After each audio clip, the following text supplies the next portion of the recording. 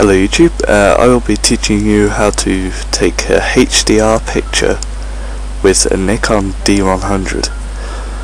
Now, I don't have a normal camera. Well, I do, but it has an LCD screen and it's hard to work with, and I only have a webcam, so that's a pile of shit.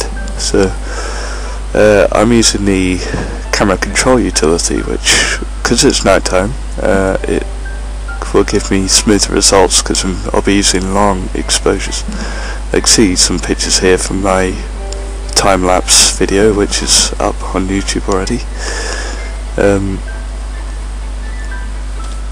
Now, the settings of the camera is bank A. You want to set this to under, metered and over, setting 12 in the first page, which is, I forget. Have a look around, bracketing order, and then you want to set this to AE only.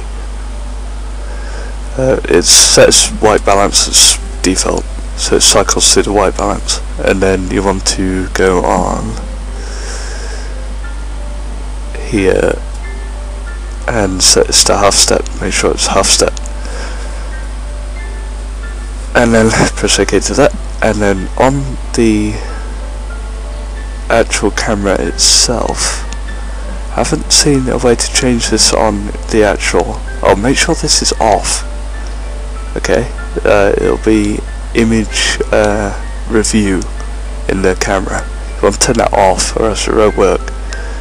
But normally in the camera itself, when you're handling the camera, you could just hold down the shutter, it could take all 3 pictures. You'll watch this number here, and this will rise as it goes up through the exposure time. So if I click shoot,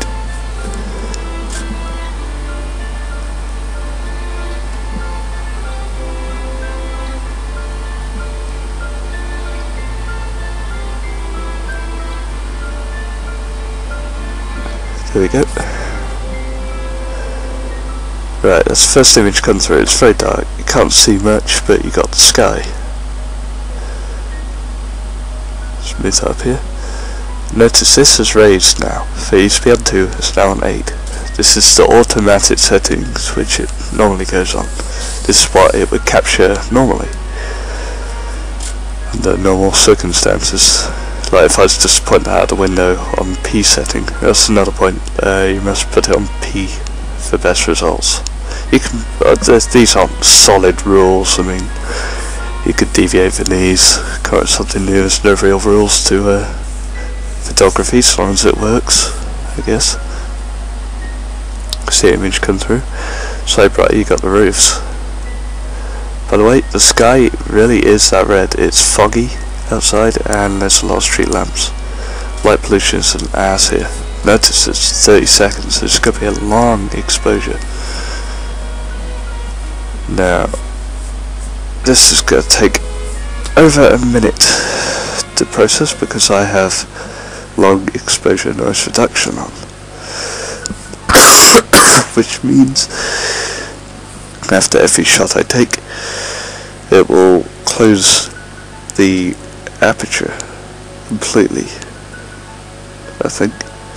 No, it'll close the shutter, sorry, and it will actually take a picture of the back of the shutter, but there's no light at all, and then whatever it sees in both pictures, noise-wise, or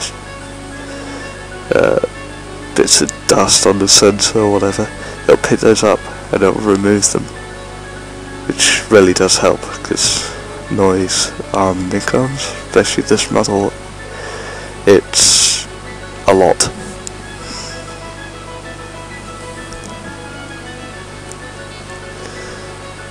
Notice this bit has gone back to 2 now. There we go, picture's going through. There we go, we have our bright image where it's picked up even the windows, parts of the brick. Someone's talking to me on MSN. Right, now here's the fun part. If we go to Photoshop, go File, automate. Merge to HDR Pro. Browse. We want to go Documents, then Pictures, somewhere here, there we go. You'll find your 3 pictures. Press OK to that. OK to that, and it will import those. You can see its progression up here. Be spamming things up as it's running through the program. New layer from file, new layer from file. 3 images come up here with an overlay. And soon a big window will pop up full screen which can't resize, which is very annoying. But it works.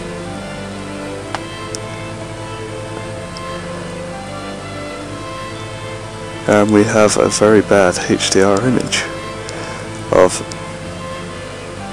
if I remove that,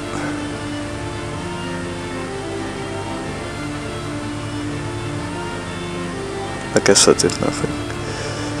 But as you can see, it's picked up the sky, the brick, and here's scope out. You can mess with the settings, so I can turn the exposure right the way down, give it a more authentic look, or saturation, and you can put strength up, which give it, if you look through other HDR images, you can put strength all the way up and it gives it a very strange, surreal look to it. But if it's bad quality one like this, I got bored. So it's 1 AM here. I'm playing with my camera, pointing out the window, taking a picture of some poor person's house. Details one, the cool one. It's sharpened basically. They give it weird names. Shadows, highlights. Just play the settings. When you're happy with it, you press OK. Then it will process that image. I'll save this image to the same my pictures. I was gonna do some more stuff.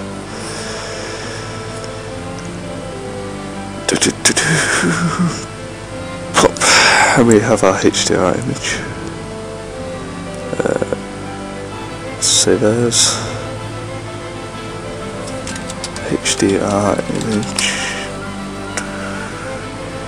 JPEG. Okay. Quality 12. Now we have a dark image, we have medium image, well normal, we have the bright image, we have the HDR. Notice how it's picked up the detail, even the bricks here.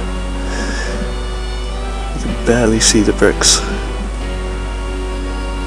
Just pulled the bricks from the previous image, but like on this one. This one, both of these two, you can't see the window, except for this one.